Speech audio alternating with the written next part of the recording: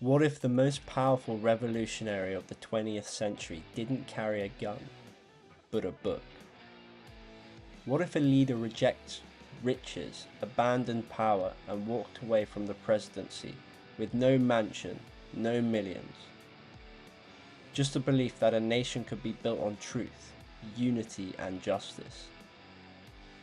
This is not the story of conquest, it's the story of conscience, of a boy born in a remote village who rose to confront empires, of a teacher who dared to imagine that freedom meant more than a flag, and that socialism could have an African soul. This is the story of Julius Kambarage Nyerere, Mwalimu, the father of Tanzania. And in a time of global noise and political greed, it may be one of the most important stories we can tell.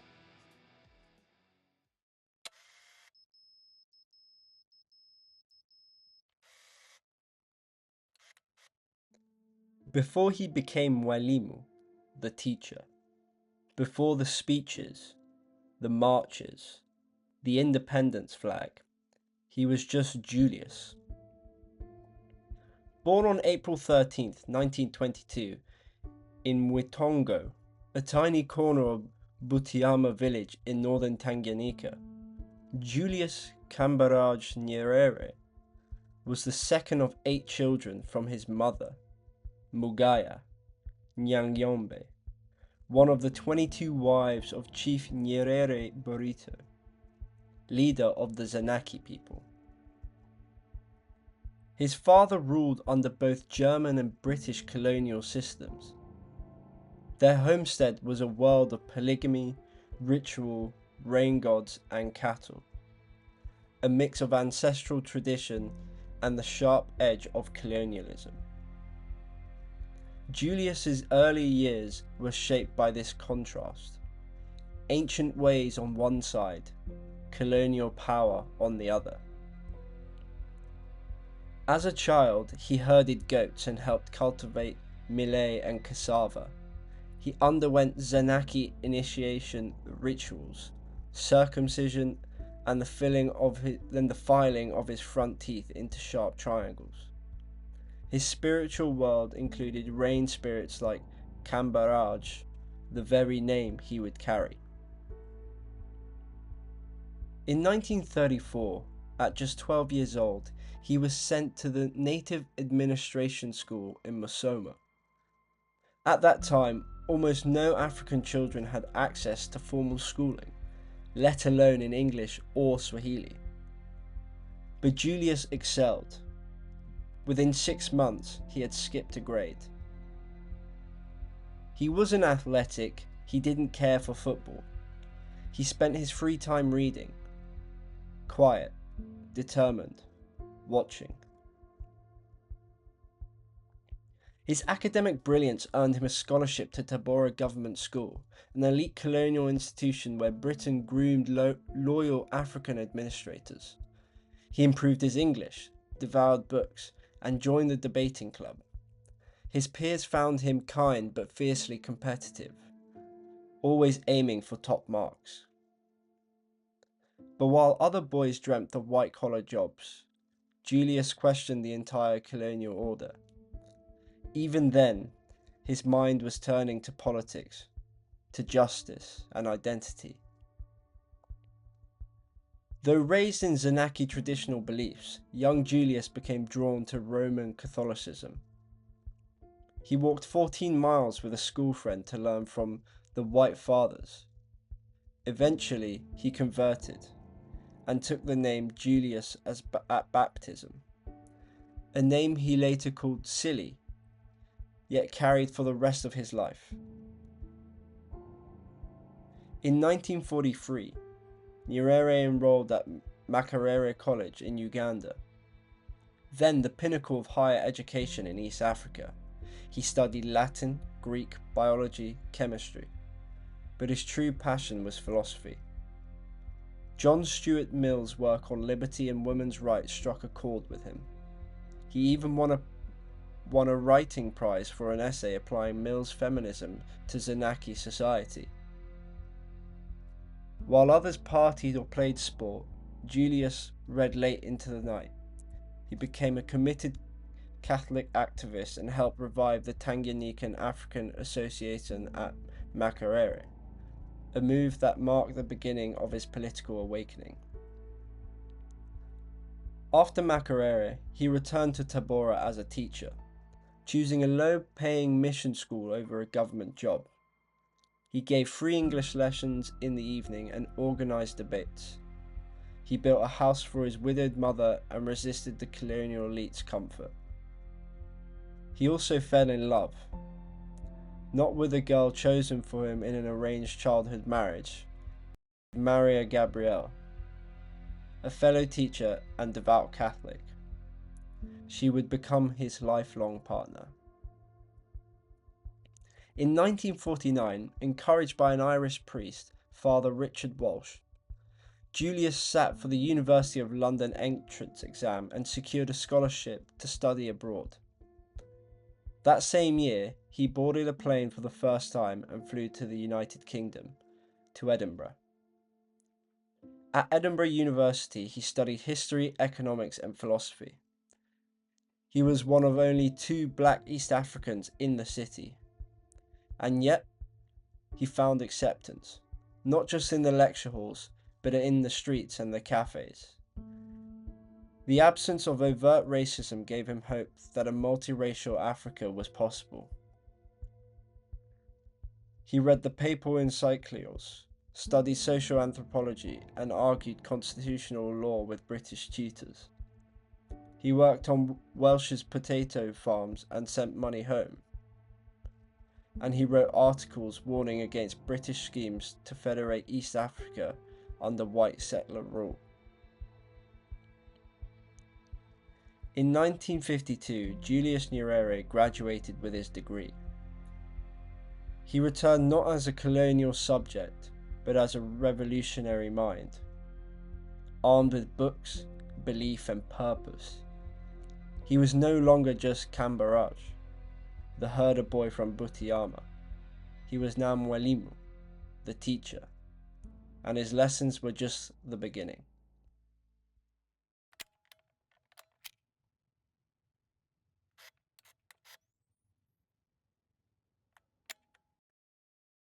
By the early 1950s, Tanganyika remained firmly in the grip of British colonial rule. Africans had no meaningful political representation. Economic power rested with foreign settlers. Social services barely reached beyond the cities, and racial segregation remained entrenched in law and culture. But in 1954, one man began to change that. Mr. Nyerere, then a 32-year-old teacher, co-founded the Tanganyika African National Union, TANU. TANU quickly became the engine of anti-colonial activism, and Nyerere, soft-spoken, scholarly, and strategic, was at its heart. He resigned from his teaching post in 1955 to dedicate himself full-time to the struggle for independence. That same year, he travelled to London as part of a Tanganyikan delegation to petition the British Colonial Office, an act of boldness that shocked the authorities. Also, Nyerere addressed the British House of Commons, becoming one of the first East Africans to publicly challenge British rule in the heart of empire. While many African nationalist movements of the era turned militant, Nyerere insisted on non-violence and negotiation. He believed political education, not rebellion, would bring lasting change. Under his leadership, TANU rapidly expanded. By 1957, it had become the dominant African political force in the country. Membership soared into the hundreds of thousands. By 1958, TANU had offices in every major district and over 200,000 registered members, more than any other party in Tanganyika. But Nyerere's strategy was deliberate.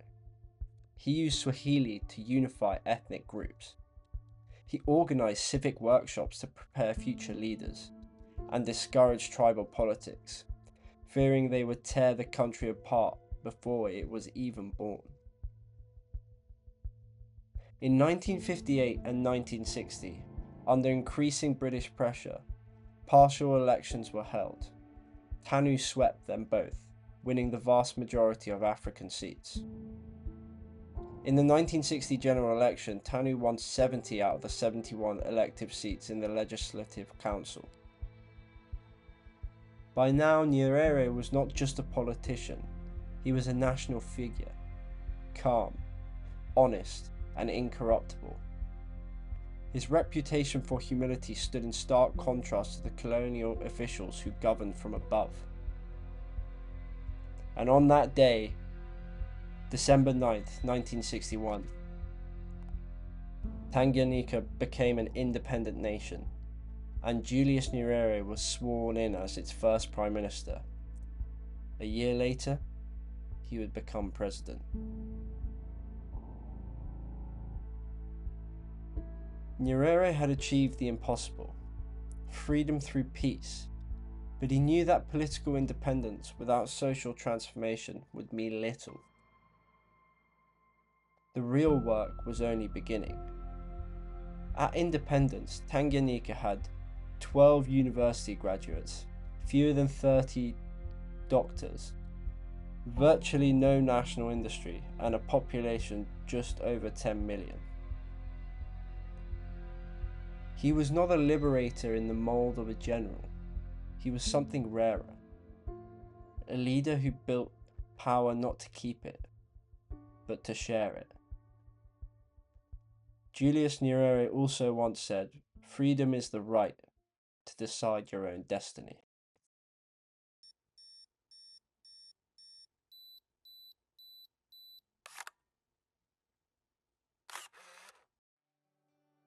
In 1967, Nyerere made a choice that would define Tanzania for decades.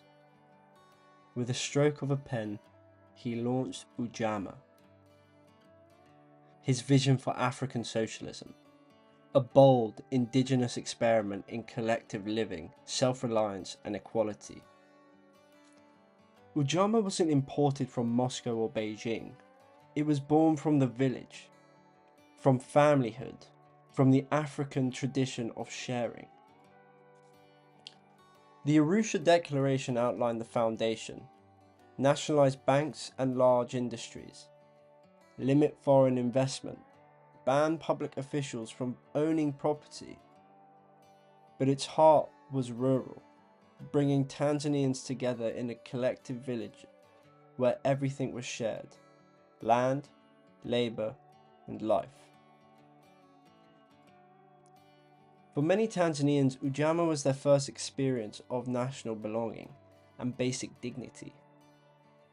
Literacy rates increased from 15% in 1961 to over 70% by 1985. Infant mortality dropped from 138 to 95 per 1,000 live births. Primary school enrollment more than tripled. Thousands of rural clinics and dispensaries were established, and a national identity based on unity, not tribe, was solidified. Nyerere's vision turned a fragmented post-colonial nation into a socially cohesive society. He proved that development could center people, not profits. However, the cost was high, and from the late 1970s, the cracks began to show.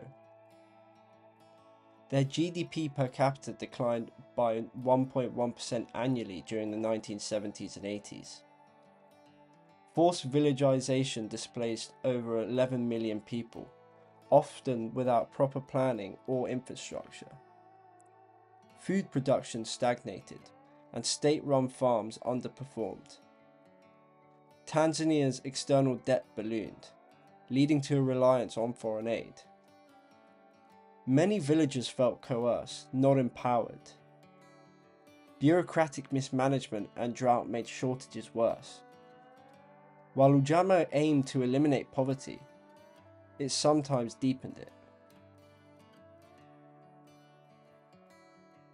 To some, Ujamaa was a noble failure. To others, it remained the most moral attempt at post-colonial development ever undertaken in Africa. Nyerere admitted the flaws, accepted responsibility, and refused to abandon his people. He never got rich, he never blamed others. He simply tried to make freedom real. As he said, the true aim of socialism isn't wealth, it is dignity. And in an age of corruption and greed, Ujamaa still stands as a radical question. What if the purpose of a government is to care?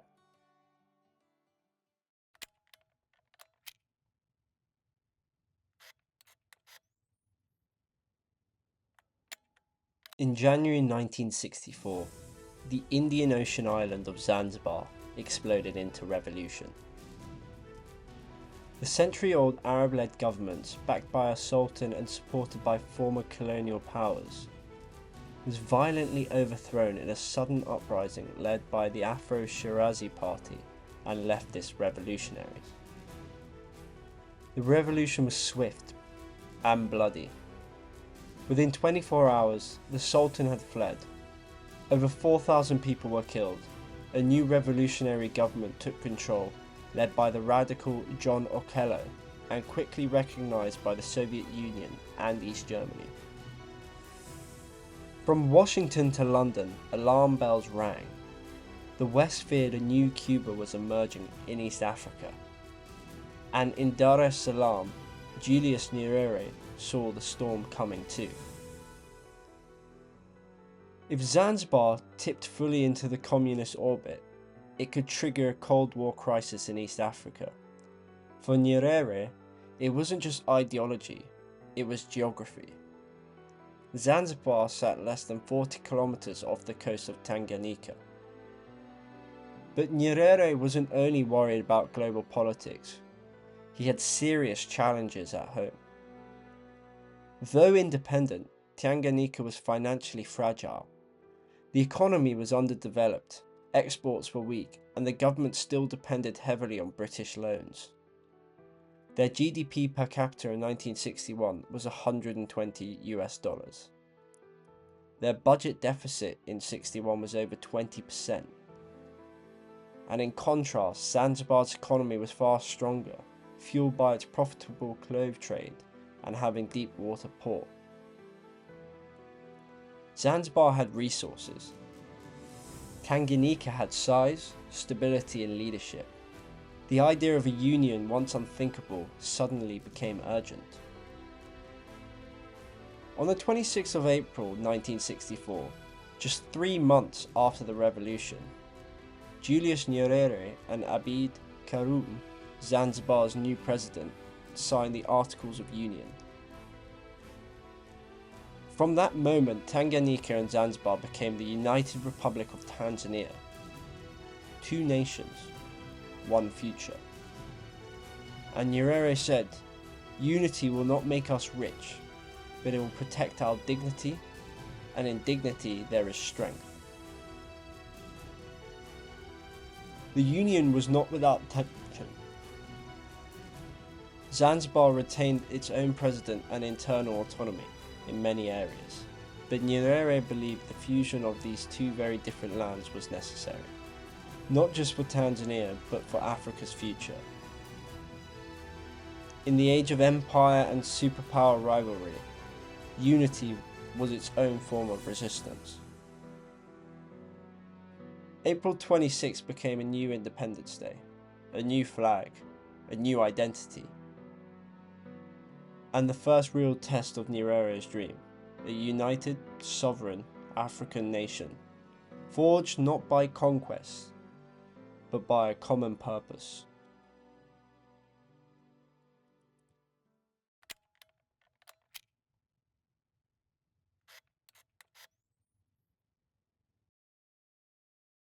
Julius Nyerere's vision extended far beyond Tanzania's borders.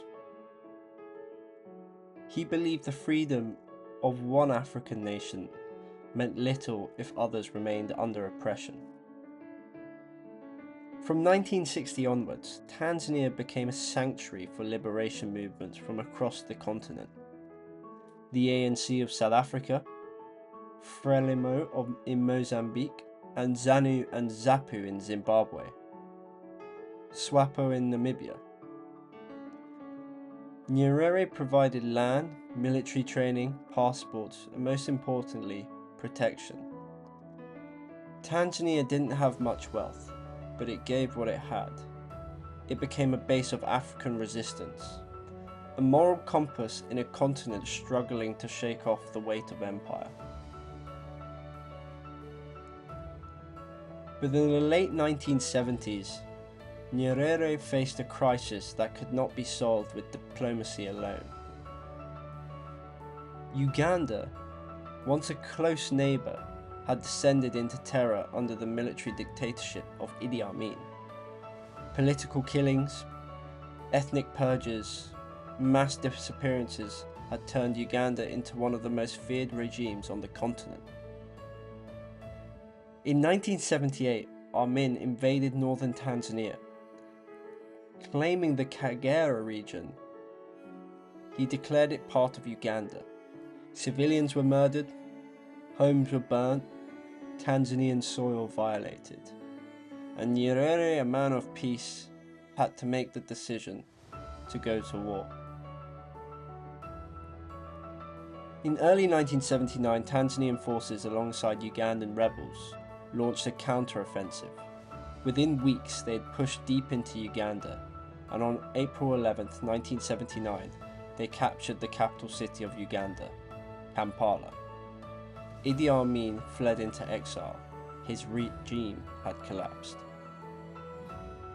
Over 500 Tanzanian soldiers lost their lives in the war. The operation cost the government over $500 million, a staggering sum for a country already battling economic hardship.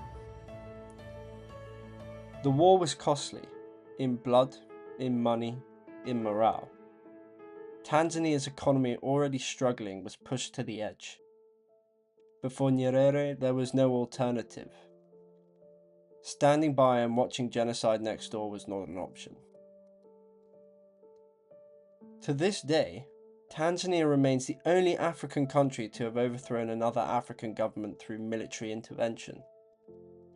It was a moment that revealed Nyerere's deepest belief, that African leadership must be rooted in principle, not in fear.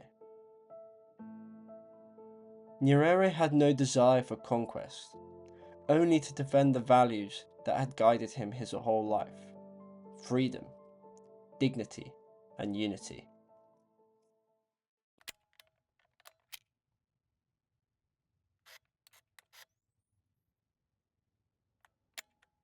In 1985, after 24 years as president, Julius Nyerere made a decision that shocked the continent.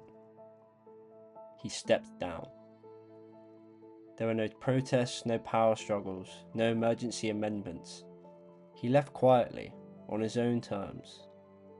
In a region plagued by strongmen and lifelong rulers, Nyerere did something rare.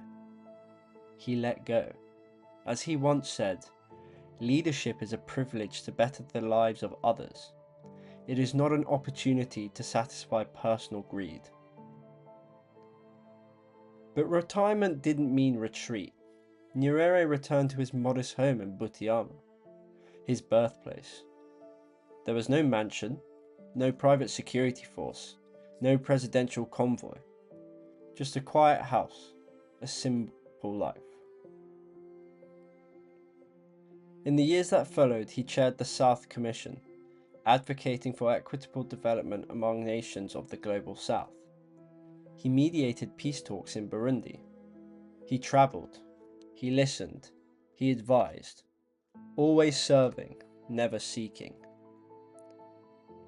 When he fell ill in 1999, the continent held its breath.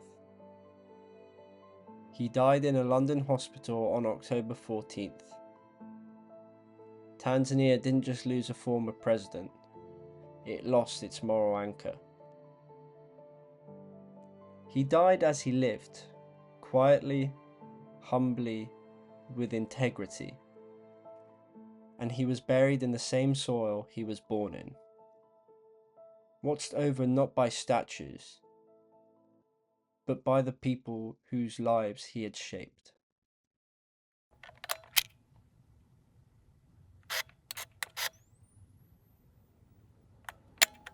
Julius Nyerere never sought power for power's sake. He didn't rule through fear. He didn't enrich himself. And when he left office, he didn't leave in a convoy. He walked away with nothing but his beliefs. There was no Swiss bank account, no private jets, no palatial estates, just a modest house, and a country still trying to live up to the dream he dared to speak. He left no inheritance, only a question. What if leadership wasn't about what you gain, but what you give away? He was not perfect. His vision of Ujamaa didn't fully succeed. His economic policies brought hardship. He admitted those mistakes openly, something rare then, and even rarer now. But the weight of power never changed him. He remained above all things, human. His legacy isn't just in Tanzania's peace, or its unity, or even its independence. It's in the values that remain stitched into its national fabric: humility, equality, honesty. He made Tanzania a home, not just for Tanzanians, but for exiles, refugees, dreamers. A home for African freedom movements, a shelter for principle in a region torn by war. The success or failure of any nation depends on the honesty of its leader and the unity of its people. He was not a king, not a general, but he was a teacher. And in the great classroom of history, Julius Nyerere gave the world a lesson that still echoes today: that dignity is not a luxury, that power can be principled, that leadership can be honest. He died with nothing, but he left behind everything that matters. And perhaps the greatest tribute we can give him is to remember, not the president, but the man.